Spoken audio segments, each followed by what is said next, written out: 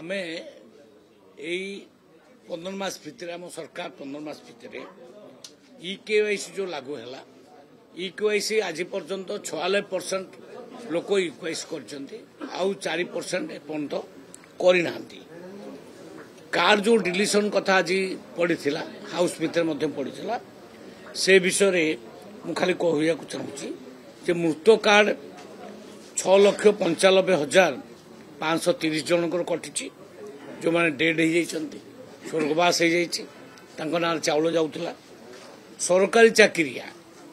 75,030 जन सरकारी चाकरिया जो मैंने सरकारी चाकरी करके राशन कार्ड रखी कटागला आउ इनकम टैक्स पेमेंट कर लोक संख्या हूँ 45,496 यही प्रकार टोटाल 8,16,056 जन लोकंर राशन कार्ड प्रकृत कटि गरीब लोकंर गोटे राशन कार्ड कहार कटि ना ग्रामीण अंचल 10,000 आगुरी थिला इनकम एवं 15,000 कर दिया जाइए एवं सहर अंचल 20,000 जार इनकम तार राशन कार्ड कटो ना आमे कौन गरीब लोक राशन कार्ड प्रकृत काटिबा को आमर सरकार जमा इच्छुक नहीं कि काटिबा को आमे चाहूना आमे आज डेट रे 3 कोटी 28 लाख लोकों को राशन कार्ड दौचु एवं आहुरी टार्गेट देचु ग्रामीण अंचल 13,50,000 टार्गेट दिखाई एवं सहर अंचल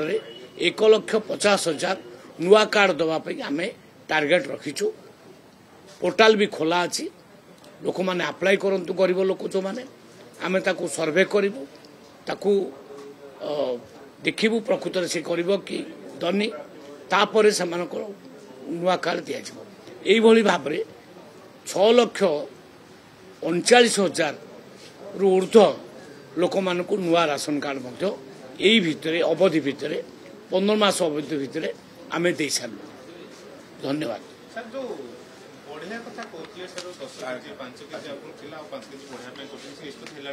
आमर देखु 3 मास पर्यंत आम सेप्टेम्बर अक्टोबर नवेम्बर ये 3 मास आम 5 केजी नाखे चाउल माने कार्ड पिछा 5 केजी नाखे चाउल प्रति कार्ड पिछा 15 केजी ये भाव में आम चाउल अधिका देचु आमर योजना अच्छी जदि आवश्यक पड़ो अधिक चाउल दि किंतु केन्द्र जो 5 केजी आसे बराबर मिल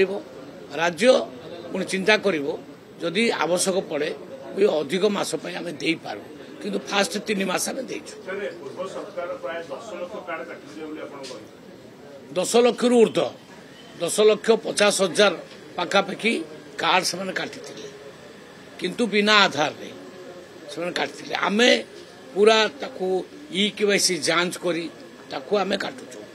आमर 3टा पॉइंट गोटे हूँ सरकारी चाकरिया गोटे हूँ डेड पर्सन जो मैंने स्वर्गवास हो गोटे हूँ इनकम टैक्स पेमेंट करुवा लोक आमे अन्य कौन गरीब लोक जनकर एपर्यंत काटी ना।